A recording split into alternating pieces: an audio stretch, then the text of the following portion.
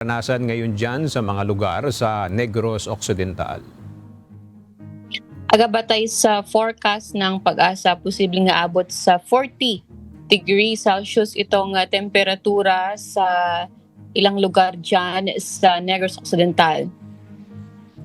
Bilang pag-iingat sa inaasang mainit na panahon ngayong araw, nagdeklara ng suspensyon ng klase sa ilang pampubliko at pribadong paaralan sa Negros Occidental ngayong araw.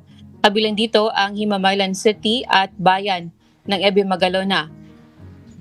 Batay sa forecast ng pag-asa, posibleng aabot hanggang 35 hanggang 37 degrees ang temperatura sa mga nabanggit na lugar. Inabisuhan naman ng mga magulang o may maliliit na bata na hanggat maaari ay huwag munang bumilad sa araw o limitahan ang exposure sa init, lalo na kapag tanghaling tapat. Ayon naman sa Department of Education, nakahanda na ang mga guro na magpatupad ng alternative delivery mode learning. Mas dapat anya unahin ang kalusugan ng mga bata at magulang bago ang pag-aaral. Samantala, ilan pa sa makakaranas ng mataas na temperatura ngayong araw, ang Coron, Palawan na 43 degrees Celsius at Dumanga sa Iloilo 43 degrees Celsius o nasa danger category. Sa ganitong category, posible ang heat stroke at heat exhaustion.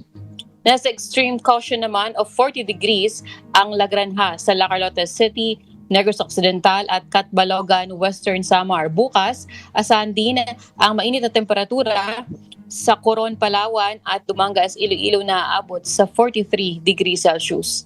Yan muna ating balita. Balik sa iyo, Aga. Maraming salamat, Lalaine Moreno.